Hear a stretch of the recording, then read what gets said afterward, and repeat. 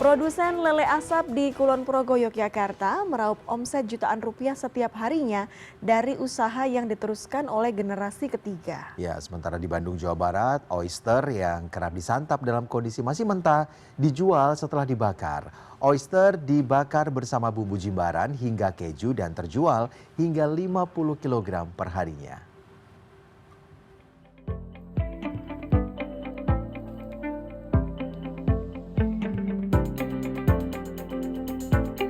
Sumarsi, warga desa Padukuhan Nepi, Kulon Progo, Yogyakarta setiap hari bersama suaminya Mujazid menekuni usaha pembuatan lele asap.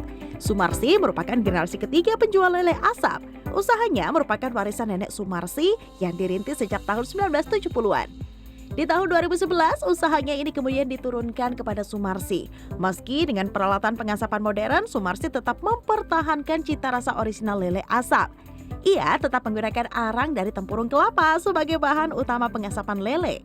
Setiap hari 60-70 kg lele asap ludes terjual. Jumlah ini bisa bertambah pada bulan puasa yang bisa terjual hingga 1 kuintal per hari.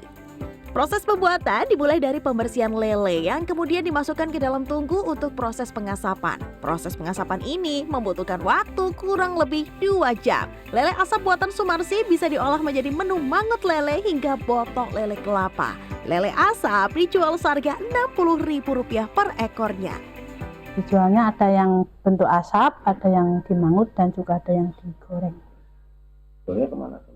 Jualnya di pasar sini lokal sama merambah ke pasar Bantul. Lele asap olahan Sumarsi dipasarkan tak hanya di Kulon Progo saja, namun ke sejumlah wilayah seperti ke Sumatera dan Kalimantan. Bahkan Sumarsi sempat mengirim lele asap buatannya hingga ke Amerika.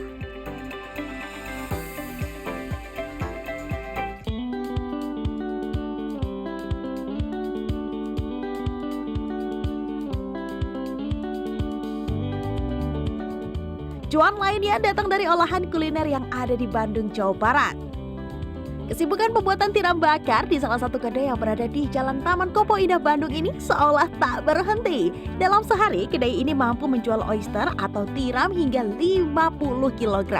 Oyster yang dihidangkan pun bermacam-macam. Ada oyster bakar dengan keju mozzarella hingga oyster dengan aneka bumbu khas Jimbaran Bali. Wah, cantik-cantik ya tampilannya pemirsa. Bedanya dari yang lain, kita tuh punya oyster yang banyak varian rasanya gitu. Sehari bisa habis berapa kilo ya Teh? Sehari kita alhamdulillah sekarang tuh udah nyampe di 30 sampai 45 kilo sehari. Kalau weekend bisa sampai 50. Perpaduan antara oyster dengan aneka bumbu ternyata menghasilkan rasa yang nikmat dan menarik perhatian para pecintanya. Olahan oyster ini bisa jadi alternatif bagi penikmatnya yang tidak suka oyster mentah untuk disantap langsung. Aku yang paling favoritnya yang cheese.